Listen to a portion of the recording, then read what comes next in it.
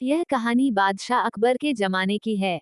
एक बार एक व्यापारी अपने किसी काम से कुछ दिनों के लिए प्रदेश से दूर गया हुआ था। जब वो अपना काम खत्म करके घर पहुंचा, तो देखता है कि उसकी पूरी तिजोरी खाली है। उसकी मेहनत की सारी कमाई चोरी हो चुकी है। व्यापारी घबरा गया और उसने अपने घर के सारे नौकरों को बुलाया। व्यापारी के घर में कुल 5 नौकर थे। व्यापारी की एक आवाज पर सारे नौकर उसके सामने आकर खड़े हो गए। व्यापारी ने उनसे पूछा, तुम लोगों के होते हुए घर में इतनी बड़ी चोरी कैसे हो गई? जब चोर आकर मेरी पूरी तिजोरी साफ कर गया, उस समय कहाँ थे सब के सब? एक नौकर ने जवाब दिया, हमें नहीं पता ये चोरी कब हुई मालिक। हम सो रहे थे। उसकी यह बात सुनकर व्यापारी गुस्से से आग बबूला हो उठा और बोला, मुझे तो लगता है कि तुम 5 में से किसी एक ने ही चोरी की है।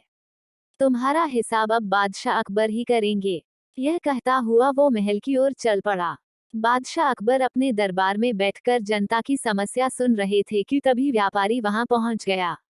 व्यापारी ने कहा, न्याय हुजूर, न्याय, मेरी समस्या को दूर करें। बादशाह ने पूछा, क्या हुआ? कौन हो तुम और क्या है तुम्हारी समस्या? व्यापारी बोला, मैं आप ही के राज्य में रहने वाला एक व्यापारी हूँ, महाराज। एक जरूरी काम से कुछ दिनों के लिए प्रदेश से बाहर गया था। जब वापस आया, तो मेरी सारी तिजोरी लुट चुकी थी। मैं बर्बाद हो गया, हुजूर। मेरी मदद करें। यह सुनकर बादशाह ने व्यापारी से कुछ सवाल पूछे, जैसे कितना सामान चोरी हुआ, क्या उसे किसी पर शक है आदि। सवालों के जवाब मिलने के बाद अकबर ने व्यापारी का मामला बीरबल को सौंप दिया और कहा कि असली चोर को पकड़ने में बीरबल उसकी मदद करेंगे। अगले दिन बीरबल व्यापारी के घर पहुंचे। उन्होंने सभी नौकरों को बुलाया और उनसे पूछा कि चोरी की रात वो सभी कहाँ थे। सभी ने कहा कि वो व्यापारी के घर में ही रहते हैं और उस रात भी व्यापारी के घर में ही सो रहे थे।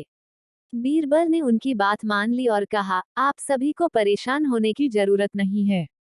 मेरे हाथ में ये 5 जादुई लकड़ियां हैं। मैं आप सभी को एक एक लकड़ी दूंगा। जो भी चोर होगा, उसकी लकड़ी आज रात 2 इंच लंबी हो जाएगी और चोर पकड़ा जाएगा। हम सभी कल यहीं मिलेंगे। यह कह बीरबल ने सबसे हाथ में एक एक लकड़ी पकड़ाए और वहां से चले गए। दिन ढल गया। अगले दिन बीरबल फिर से व्यापारी के घर पहुंचे और उन्होंने सभी नौकरों को अपनी अपनी लकड़ी के साथ बुलाया। जब बीरबल ने सबकी लकड़ी देखी, तो उन्होंने देखा कि एक नौकर की लकड़ी 2 इंच छोटी है।